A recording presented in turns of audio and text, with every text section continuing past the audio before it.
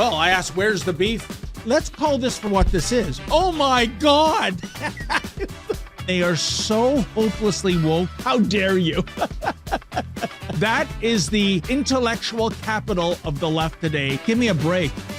You are now watching the Daily Roundup.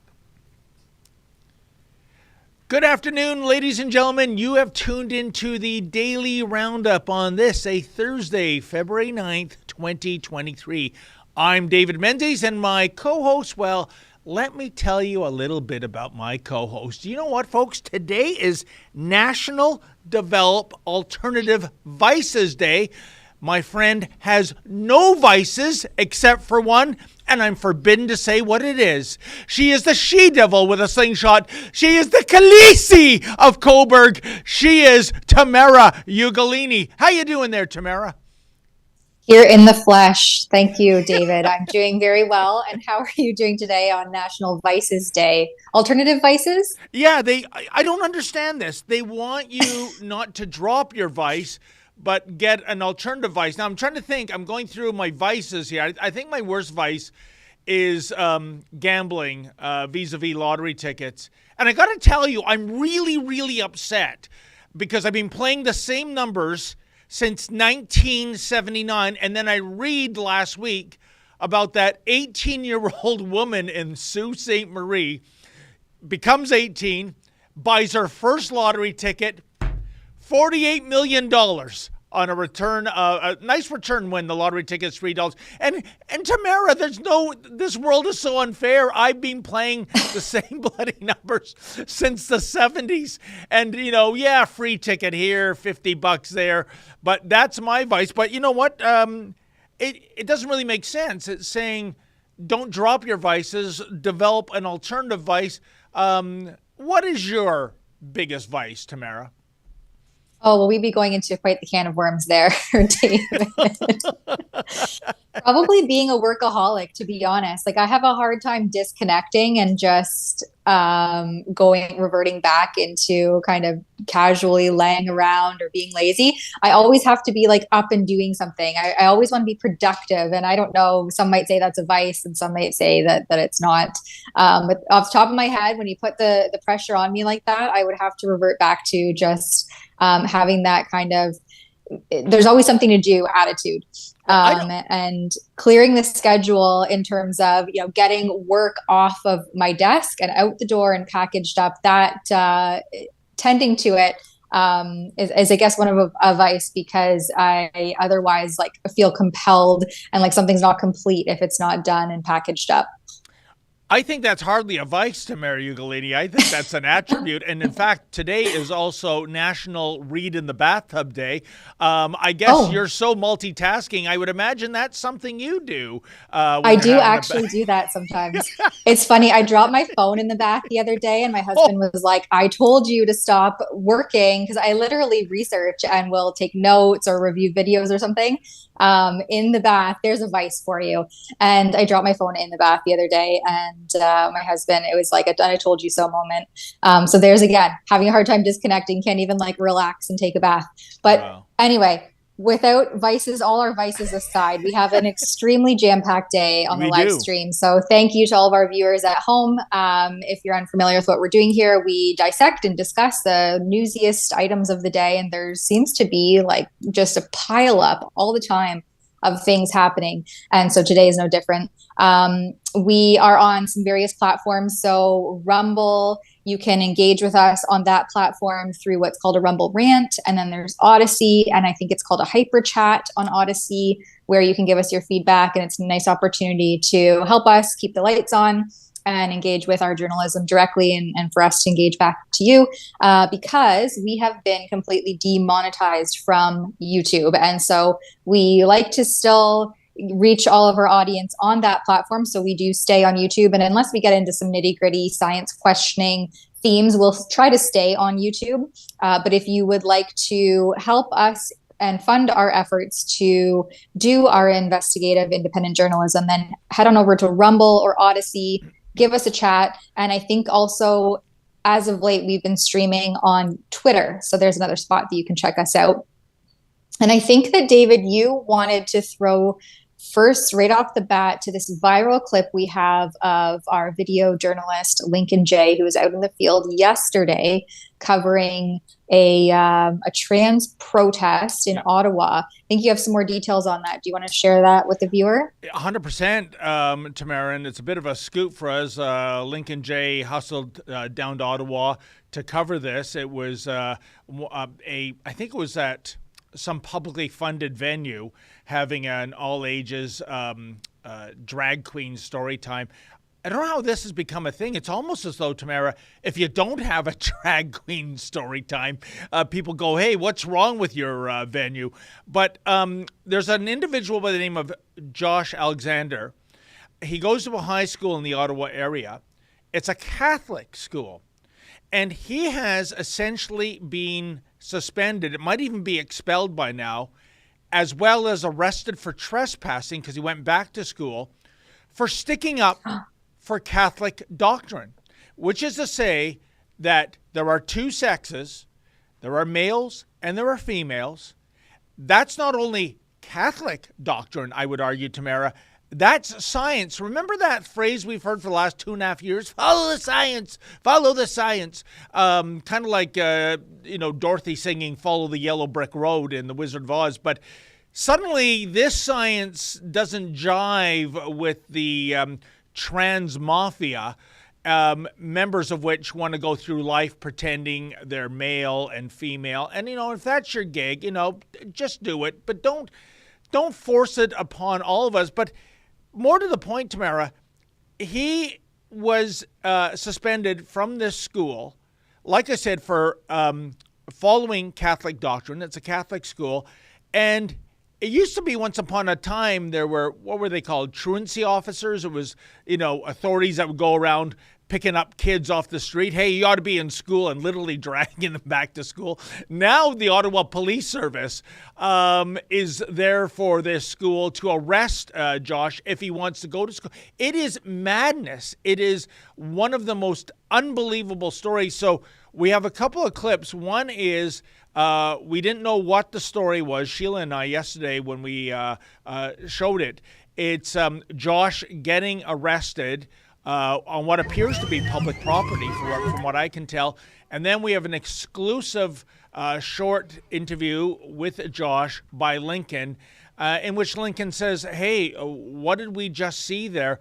So let's run those clips, and then I'm dying to have you weigh in on this issue, Tamara. Mm-hmm.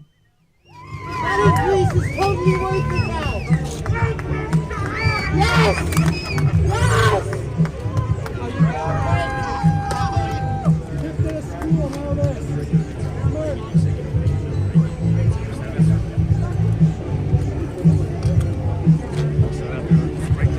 The Ottawa police budget just balanced itself. I don't even know.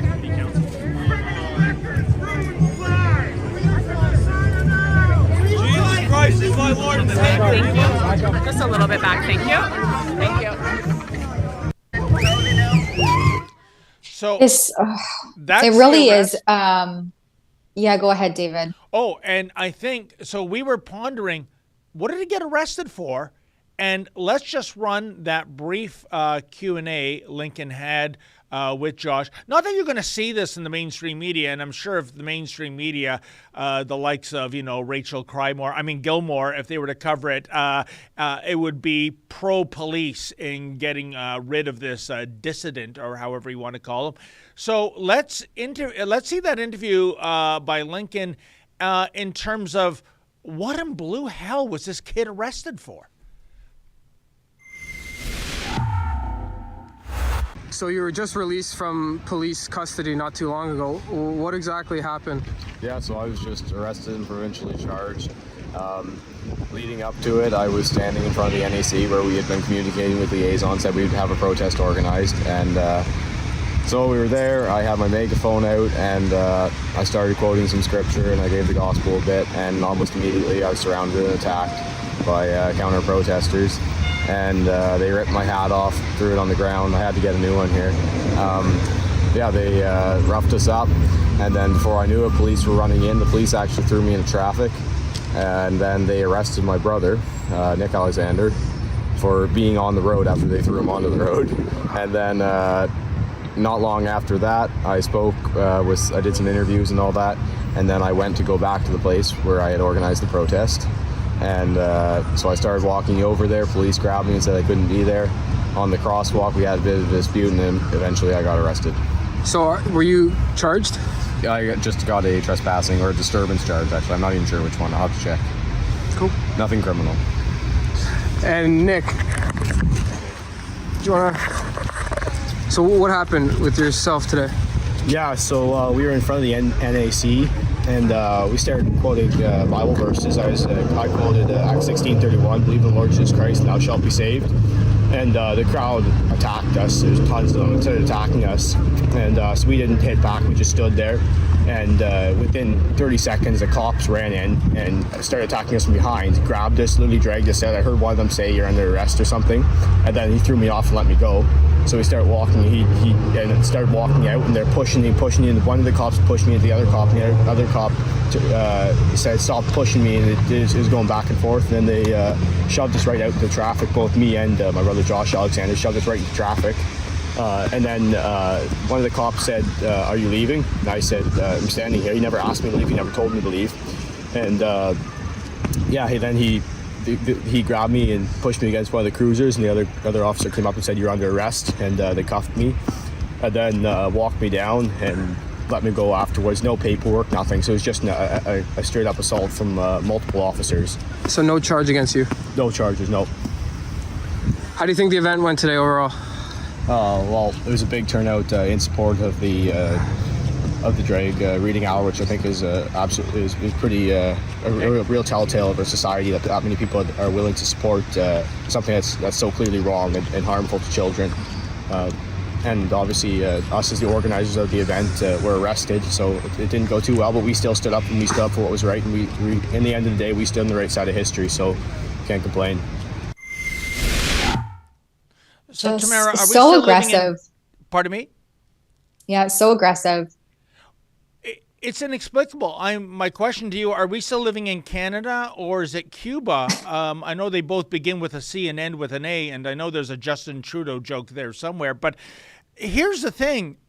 If what they're saying is true, Tamara, where is the trespassing charge? Where is the disturbance charge? They are peaceful protesters on public property, and meanwhile, the transgender folk with their Antifa allies, they're the aggressive ones. They are physically assaulting them. They are stealing their property, such as this ball cap.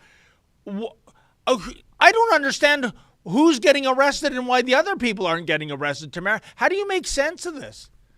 Well, exactly. That was going to be my point, is why are the people who are on the opposite side of what is deemed that acceptable ideological path being arrested? And well, as we've seen throughout Canada the last 3 years, is that if you don't conform to one widely accepted narrative, and in this case, it's the gender ideology, and throughout, the COVID hysteria, it was you didn't conform to the COVID ideology and become a COVIDian, a state-sanctioned COVIDian, then your human rights were trampled on, your right to assemble, your right to peaceful assembly. And that just seems to be a continuation of the slippery slope that we have seen over the last 3 years. And I mean, arguably even before then, but it's really being pushed and reinforced by the super left-leaning liberal government with, just speaking doublespeak out of every side of their mouths at every turn. The gaslighting by our elected officials is astronomical.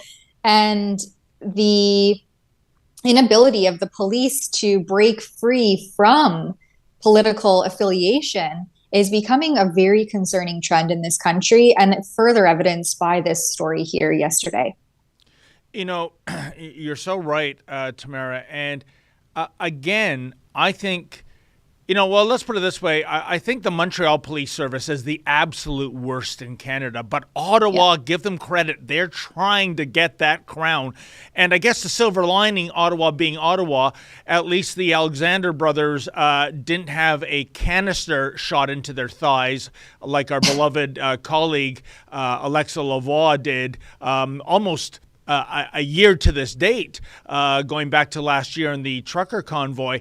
But again, it's not only reprehensible policing. I think at the end of the day, it's lazy policing. The cops know, or they should know, that those kids have every right to be there. They are not trespassing. They are not causing a disturbance.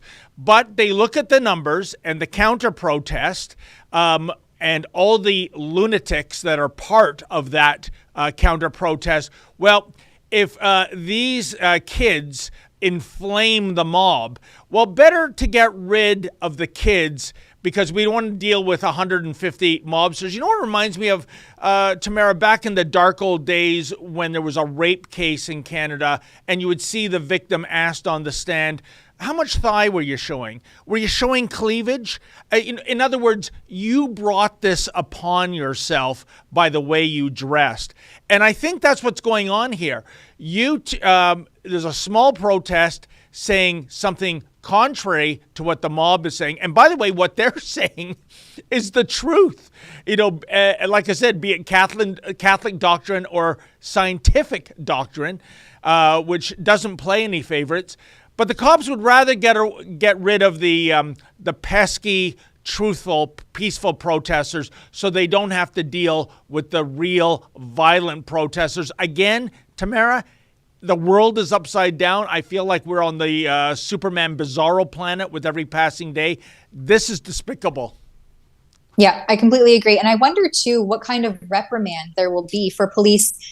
We've seen this trend, or at least I have, that you will be arrested and then oddly unarrested. Yeah. And so this is, again, a very slippery slope into this sort of totalitarian police state where there's no charge at the end of this because there was no reasonable grounds to even issue an arrest in the first place. But nonetheless, hindsight is always 2020. And so when you've already been arrested, but then you become unarrested, is that legal? Is it lawful? And will there ever be any sort of reprimand for the police officers that engage in this sort of policing without clear justification to do so? And clearly it was clearly unjustified for them to do that because, as we saw in the case of Josh's brother, there was no charges that followed. So the whole thing just screams really corrupt and ideologically and politically motivated. Very concerning trend for our Canadian policing system. But on this note of the sort of inclusivity and tolerance and gender equity, we have a really creepy, bizarre clip of the Australian ambassador. I guess they have an ambassador now for gender equity. And so she addresses, I guess, the Australian population in this really bizarre, creepy video that we want to share with you here. Oh, look at those eyes. Yeah. And folks, as Count Floyd would say, whatever you do, kids, don't forget your 3D glasses. Check this out. Hello, I'm Stephanie Copus-Campbell, Australia's new Ambassador for Gender Equality. I'm incredibly honoured to take on this role as the lead international advocate for Australia's commitment to gender equality and the human rights of women and girls and persons of diverse gender identities. In this role, I'm committed to listening to those who are dedicated to promoting gender equality and learning about the perspectives and priorities in communities and countries in our region and globally. Promoting gender equality is the right thing to do, but it's also the smart thing to do. It is central to Australia's diplomatic, economic development and regional security, as well as our international engagement. I look forward to working with partners in Australia, in the Pacific, in Southeast Asia, and globally to progress the Australian government's priorities to increase women's economic empowerment, women and girls' leadership, and to end sexual and gender-based violence, to improve access to health and education services, and progress the women, peace, and security agenda. All right.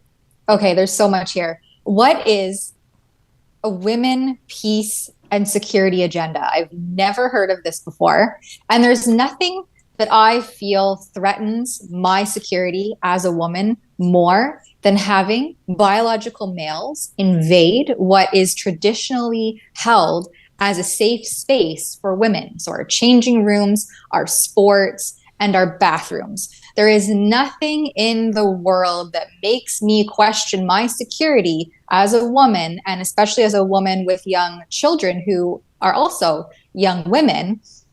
That is a massive cause for concern for me, for my personal security, and also, I guess, under the guise of these of gender security and my general security as a woman.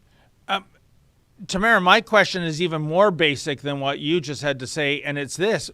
What was that?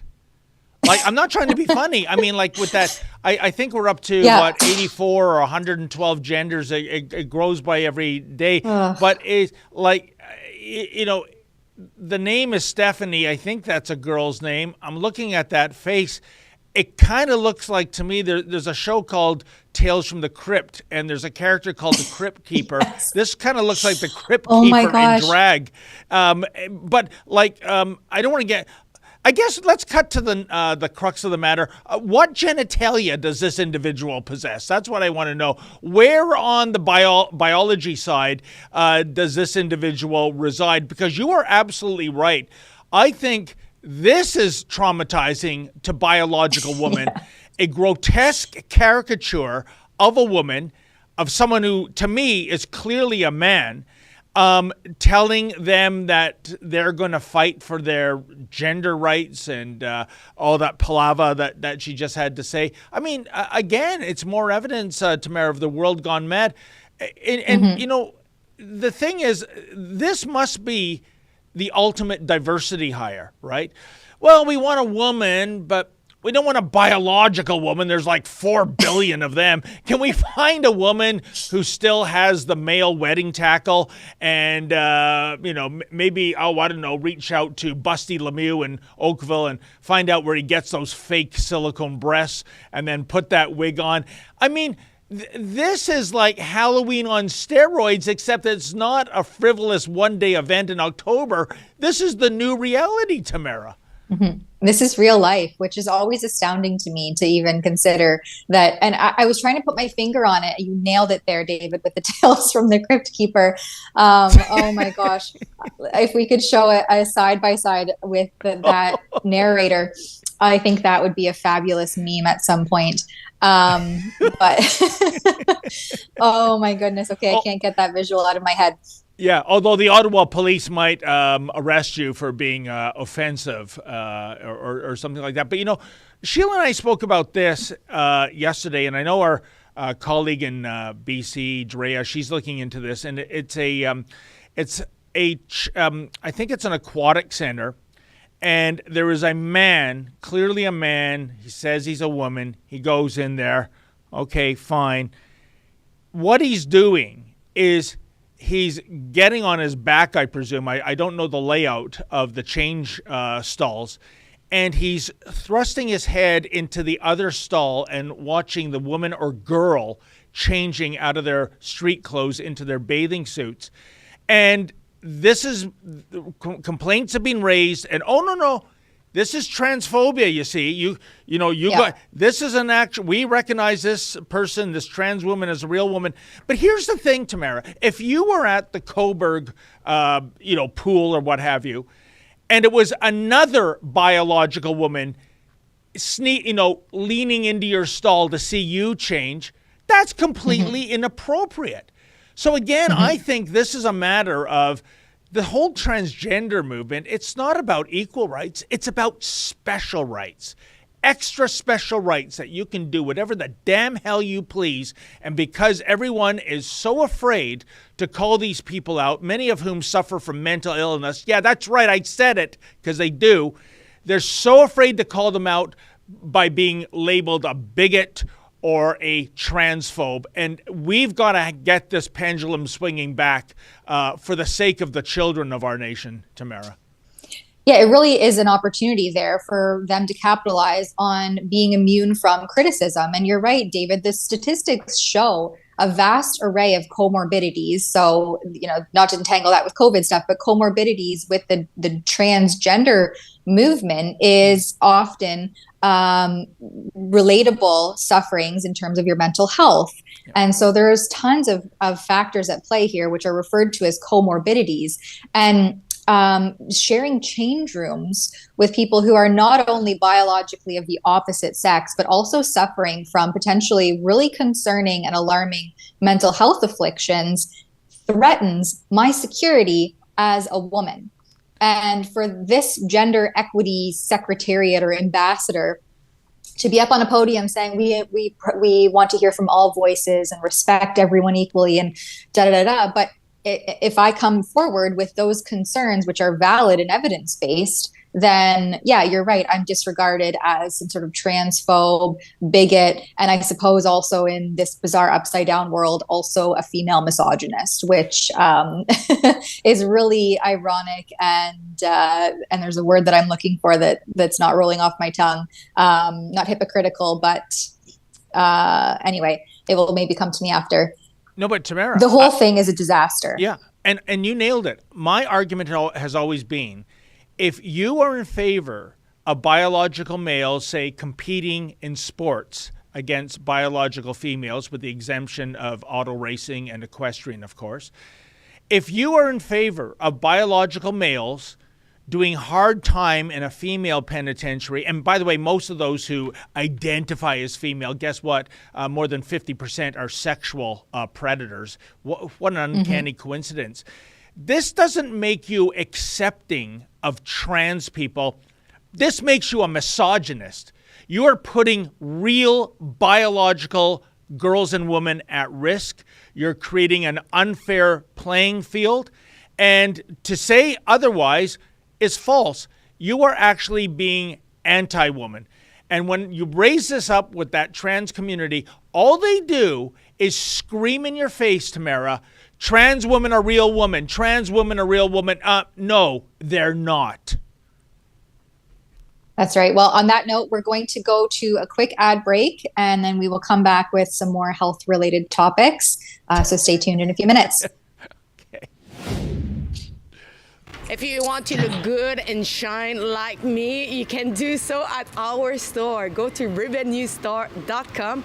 On this website, you have so much different style to wear, as this one, my favorite one, Justin Castro.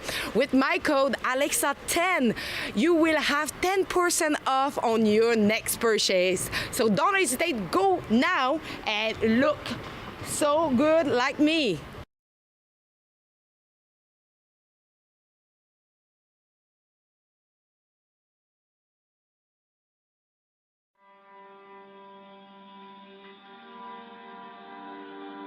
I am speaking to you at a moment of grave crisis, when violent and fanatical men are attempting to destroy the unity and the freedom of Canada. But after weeks of dangerous and unlawful activities, after weeks of people being harassed in their neighborhoods and small businesses forced to close, as democracy flourishes in Canada, we don't always agree, and that's okay. Because individual liberty is cherished in Canada.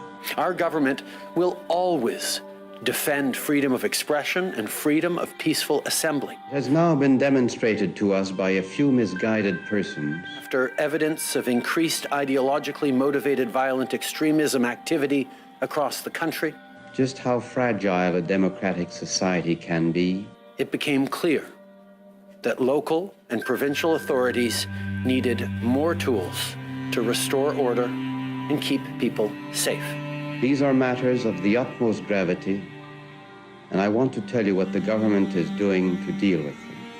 The federal government has invoked the Emergencies Act. The public's legitimate right to know why the government proclaimed an emergency and whether the actions it took were appropriate. It is our view that there was no justification whatsoever to invoke the Emergencies Act. This is so tough to watch. There's no reason for that. They were literally running the horses through the crowd. The police came straight to me and he targeted me and he took his gun of tear gas and he actually shot me directly in my legs.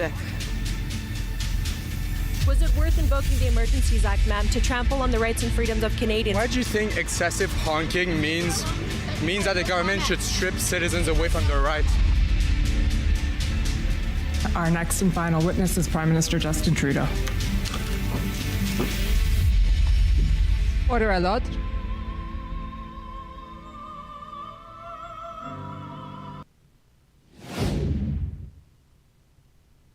Wow, there you go. 11 days, I think, Tamara, until the Emergencies Act inquiry findings comes out. What is your spidey sense telling you about that one?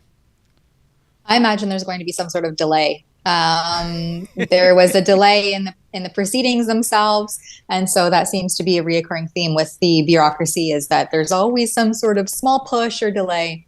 I don't know. I try to stay hopeful that the commissioner will have heard and considered all of the evidence, and as more information continued to come out throughout the commission hearing. But they're Liberal appointed bureaucrats, and so I always come back to, why would they bite the hand that feeds? Yeah. So I try to remain, hopeful that there will be some form of neutrality there in the decision and the findings, but I would not be surprised if that doesn't end up being the case. Yeah, what's the saying, Tamara? Hope for the best, anticipate the worst. Right? Prepare for the worst. That's right. I see Trudeau skating on this like he skated on every single scandal, but we shall see. Yes. Very quickly, I do want to get to, we discussed this in the morning meeting, every month, sometimes every couple of weeks, there's some new study telling us to give up something to save the planet from climate change. Now, there's the obvious ones: give up meat, give up airplane travel, give up your personal car. Okay, we get that. But several weeks ago, a couple of Canadian researchers said, stop drinking coffee. That's killing the planet. Yeah, so let's eradicate the coffee industry, Tamara. Put Tim's and Starbucks and everybody else out of business. And also all the farmers, which are primarily in the third world and developing nations, put them out of a job too, picking coffee beans. Yeah, that's going to help. But this one takes the cake. I thought maybe I was viewing the Babylon Bee because it was so outrageous. There's a doctor in Detroit, Dr. Mohammed Fayed, and he penned a paper, Tamara, saying that if we want to get serious about combating climate change, get this, we need to give up or at least reduce the amount of anesthesia when there is surgery being provided. Can you imagine, Tamara, not going under during a serious operation? And by the way, by the Good Doc's own stats, the amount of total carbon dioxide emissions due to anesthesia is, wait for it, I wish I had a drum roll, 0.1%. Yeah, so let's let the world's surgical patients endure horrific pain during a surgical procedure so that we can take a chunk out of that 0.1% of carbon dioxide emissions. Tamara, is this parody or what's going on? Well, I wish that it was, but I also wish that people who espouse these radical ideas would be the first ones on the docket to undergo surgery without adequate anesthesia. I have a little personal anecdote. When I was about 4 years old, I had to undergo fairly major surgery for a burn that I suffered. And I actually woke up on the operating table because, at that age with young kids, you have to be very careful with anesthetic. Yeah. And so they were kind of probably just toying around and making sure that I wasn't on too much, but had enough. And I actually came to on the operating table, and I vividly remember it. It was pretty traumatic and very confusing. Didn't know where I was, didn't know what was going on, bright lights, people robed and masked. And so this is potentially very dangerous for the patients who would be, I guess, in a trial and error situation to save the planet. And I would offer up the most radical extremists to go first, right? Oh. You guys try this out, see how it goes, and then come back with your final report. You know, you're right, Tamara. These climate change people, I think they are cultists. And I think they are haters of humanity and haters of human achievement. I mean, over the Christmas time break, I watched again with my sons the movie Master and Commander at the far end of the world. It's set in the 1700s. It's an English warship. And I think there's a scene where there's this 15-year-old boy and he suffers an injury. I think it's his leg. And what do they do back then? They take out a saw and actually saw the leg off to give him a peg leg. And the only remedy, because this is even before the time of aspirin and Tylenol and what have you, is a chunk of leather for the kid to bite into to kind of, absorb the agony. I don't know what effect biting into a piece of leather has on that. So is that the role of these people? Send us back to the dark old days. Send us back to a time when, you know what, if you lived past 30, you were considered an old guy or an old gal.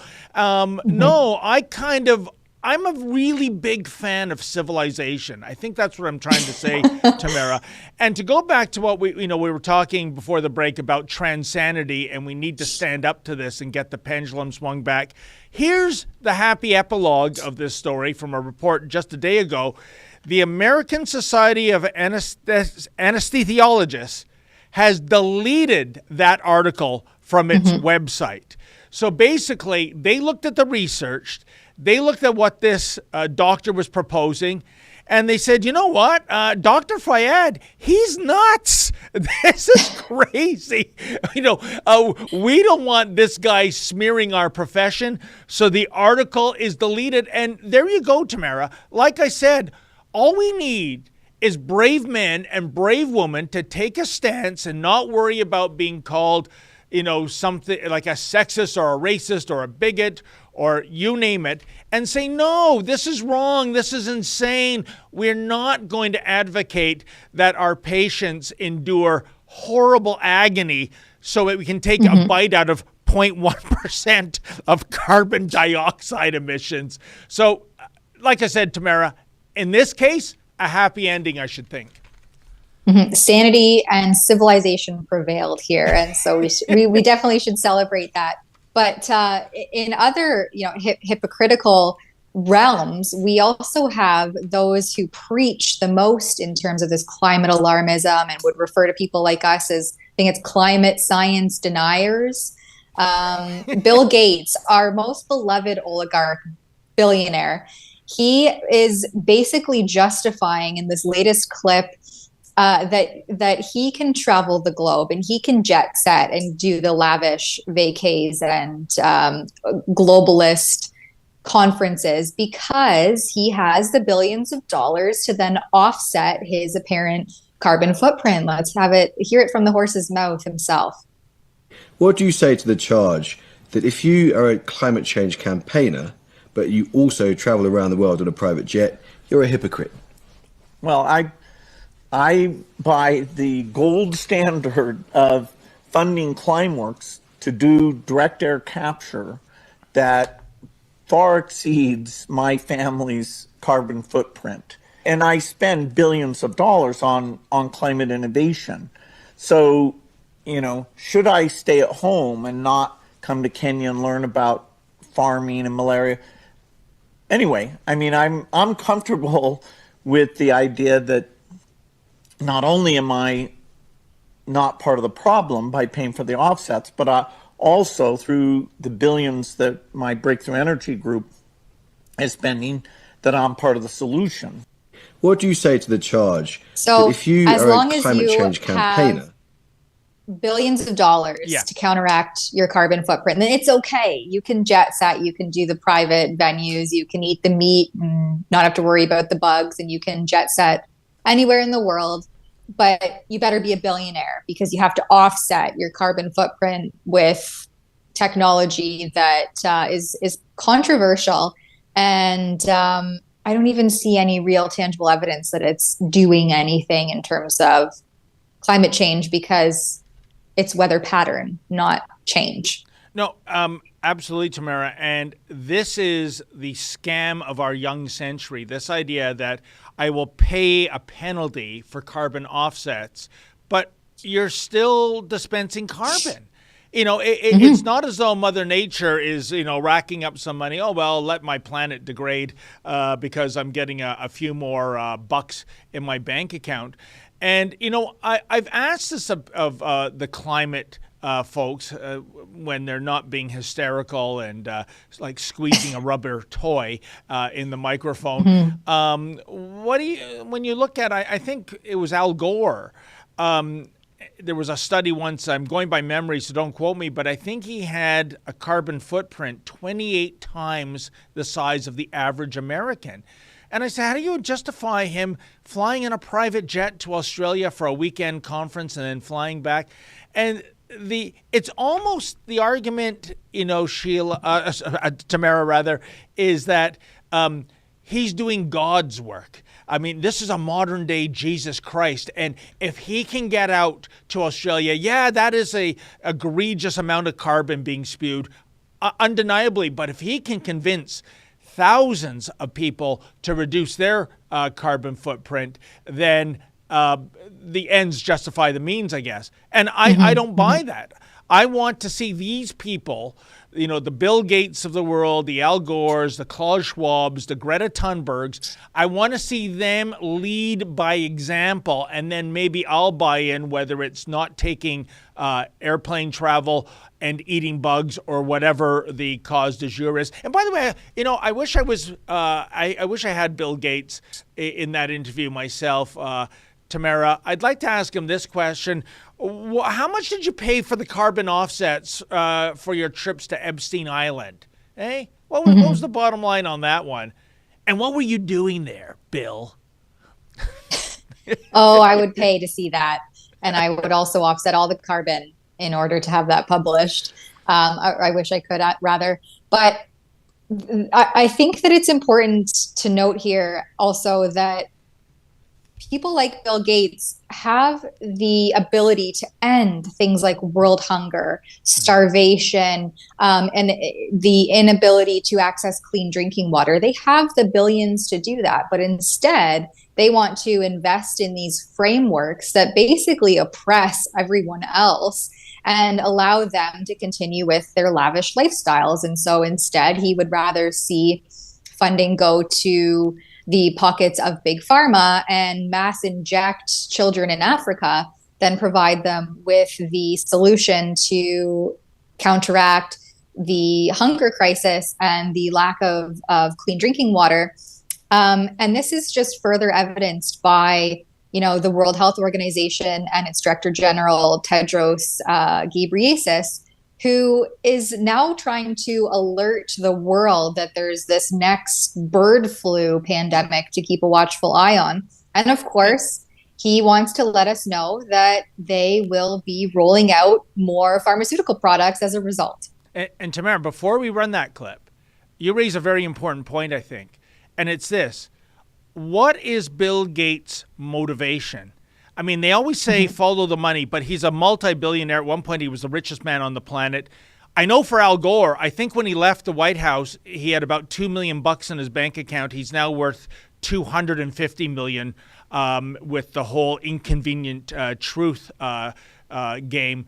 But with Bill Gates, what do you think it is? He doesn't need money. He's got more billions than he'll ever be able to spend in 20 lifetimes. So what is this motivation that's driving him down this road in the first place, Tamara Ugolini? Well, I could certainly speculate, and I would have some sinister responses to say in that. And there's some weird, really creepy dystopian themes that could be at play with something like that. And, we've seen Bill Gates verbatim from his own mouth speak about eugenics and depopulation. And so, of course, that would lend to the fact that there is a more sinister goal here than actually creating a healthy, balanced population. Yeah. Because that's in my opinion, that's very attainable with the billions of dollars these oligarchs are otherwise throwing into their own jet-setting vacations and radical green energy initiatives. And of course, all lumped in there are big pharma initiatives with novel therapeutics and injections. So in other words, Bill Gates has reimagined himself as a real-life supervillain, kind of like Lex Luthor, except we don't have a Superman, unfortunately. In any event, speaking of men who are far from super, why don't we roll that Dr. Tedros clip? Yes. Over the past few weeks, there have been several reports of mammals, including minks, otters, foxes, and sea lions, having been infected with H5N1 avian influenza. H5N1 has spread widely in wild birds and poultry for 25 years, but the recent spillover to mammals needs to be monitored closely. For the moment, WHO assesses the risk to humans as low. Since H5N1 first emerged in 1996, we have only seen rare and non-sustained transmission of H5N1 to and between humans. But we cannot assume that will remain the case, and we must prepare for any change in the status quo. As always, people are advised not to touch or collect dead or sick wild animals, but to report them to the local authorities. WHO is working with national authorities and partners to monitor the situation closely and to study cases of H5N1 infection in humans when they occur.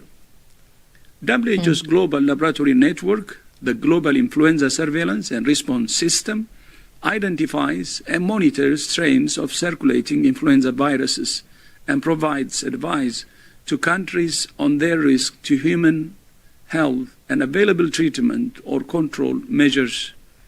WHO recommends countries strengthen surveillance in settings where humans and farmed or wild animals interact. WHO is also continuing to engage with manufacturers to make sure that, if needed, supplies of vaccines and antivirals would be available for global use.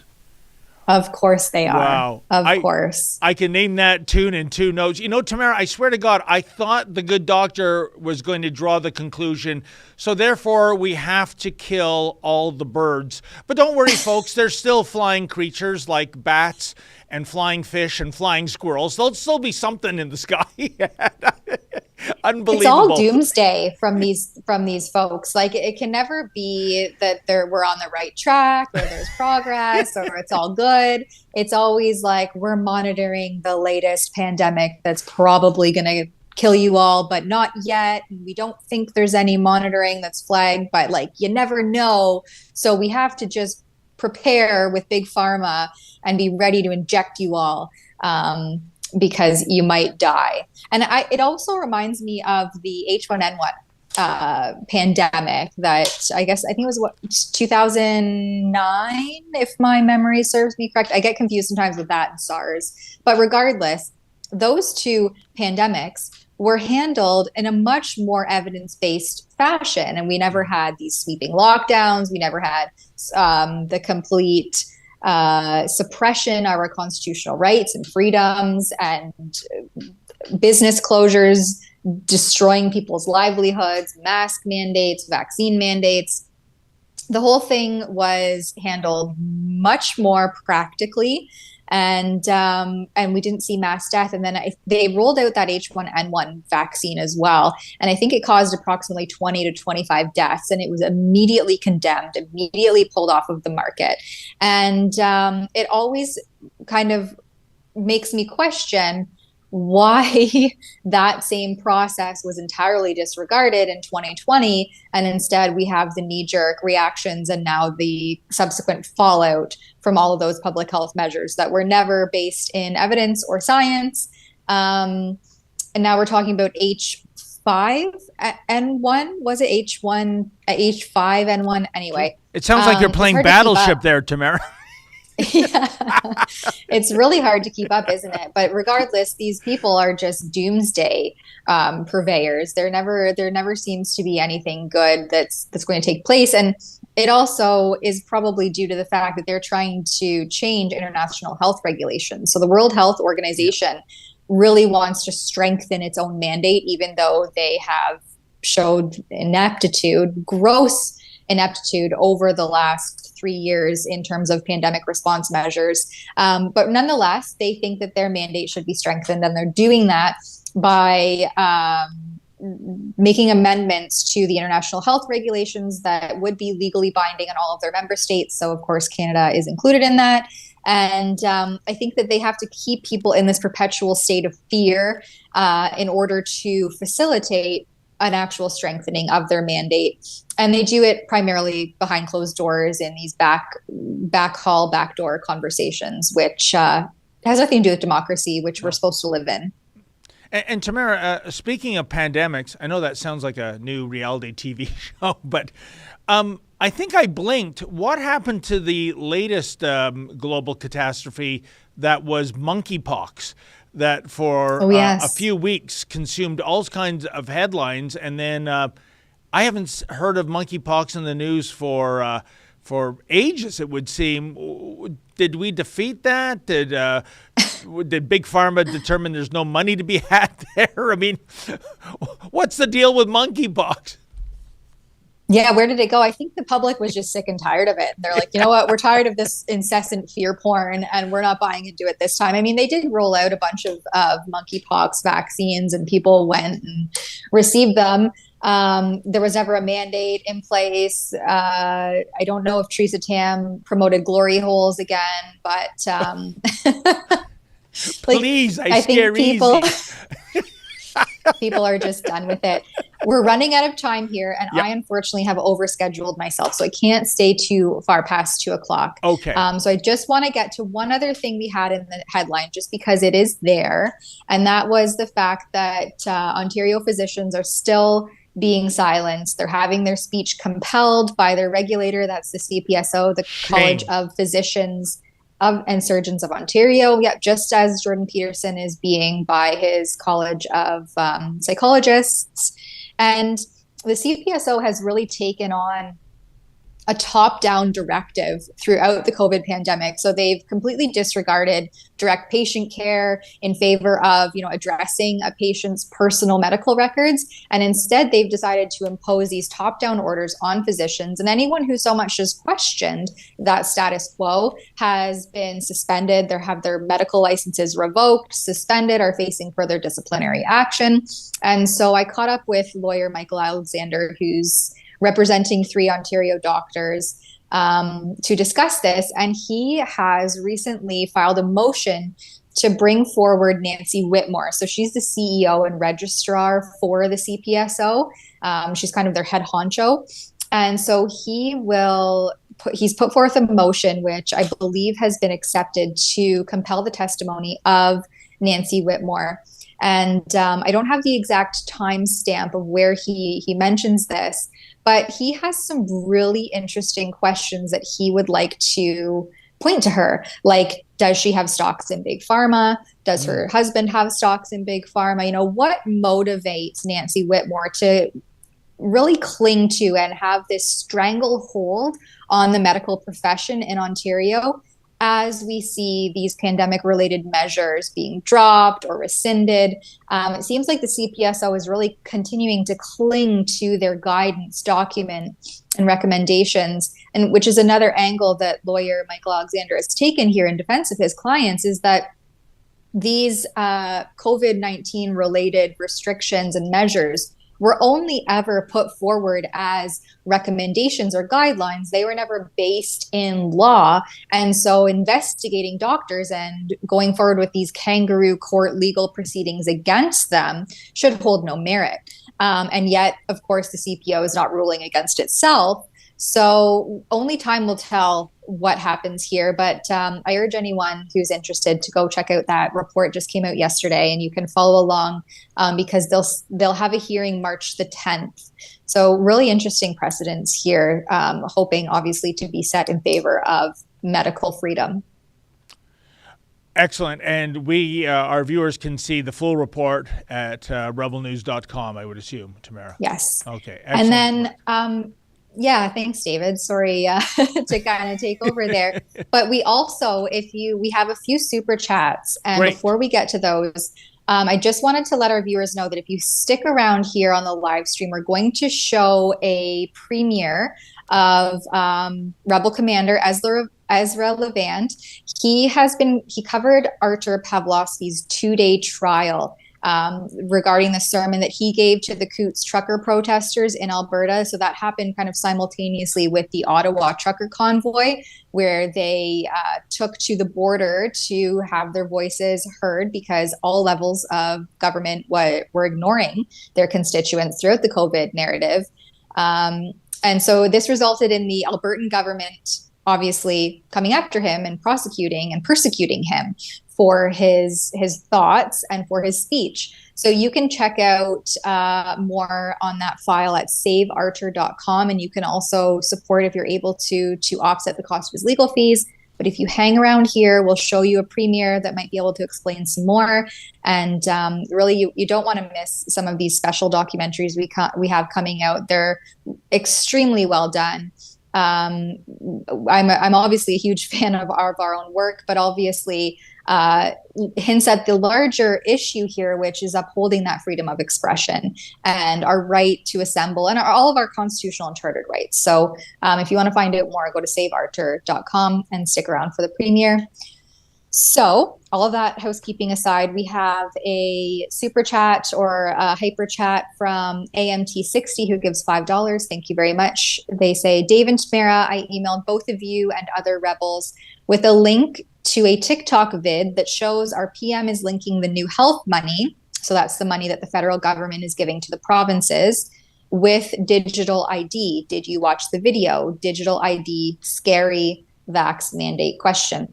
I think I saw an email on this come through, and I apologize. My emails are a disaster.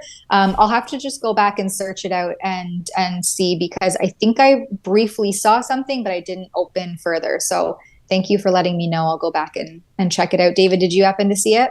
No, I didn't.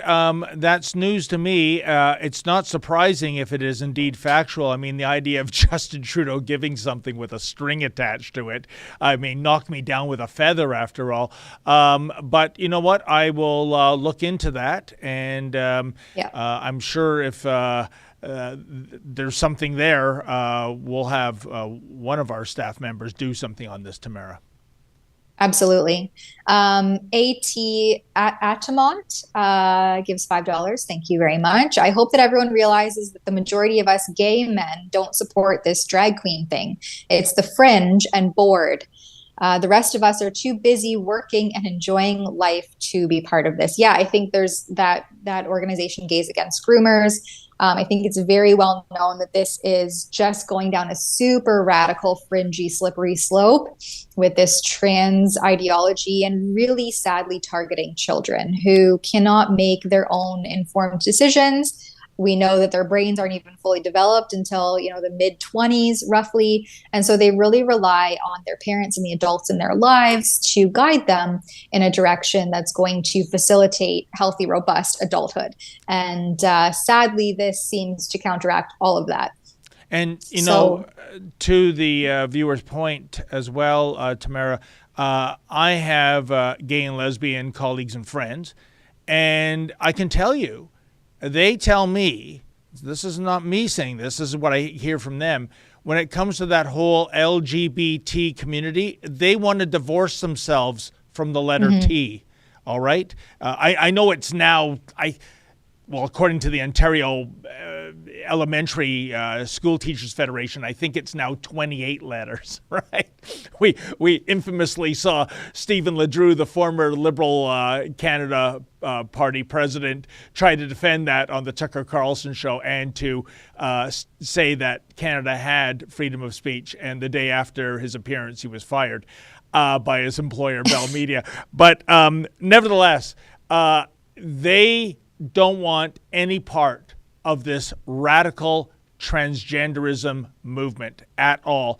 And they want to be separate from it. And I can't say I blame them. Likewise. C1 Cass gives $5. Thank you. Again, Bill Gates buys carbon offsets from a company he owns. So does Al Gore. Hypocrites. Yeah, that was like, there was an article, I think it was the National Post a few weeks back, about how Bill Gates gave the largest charitable donation. And they buried the lead because, newsflash, he donated the largest charitable donation to his own charity. Like, talk about tax evasion 101 here. Bill Gates is not serving anyone other than himself. Tamara, I did not know that. And of course, he'll get a tax credit for that donation, right? Oh, exactly. Boy, he's all about evasion. Saving the planet. Sounds like he's all about saving his bank account. Yeah, serving his own self-interests. All right. Well, we're 3 minutes over. And like I said, I'm scheduled right after here. So I have to run. David, do you have any final thoughts for anyone joining us at home? Well, you're proving what you said at the beginning of the show, Tamara. You are super productive. That's your vice. You're a multitasker, a workaholic. And that is why you read in the bathtub and sometimes drop your phone in the bathtub, which is why you should read paper-based products in the bathtub, Tamara. They only get wet and then you let them dry out. So I ramble on. Well, listen, thank you to our super producer, Ephraim, behind the board. Thank you to all of you tuning in, especially those amongst you who made that donation. We greatly appreciate that.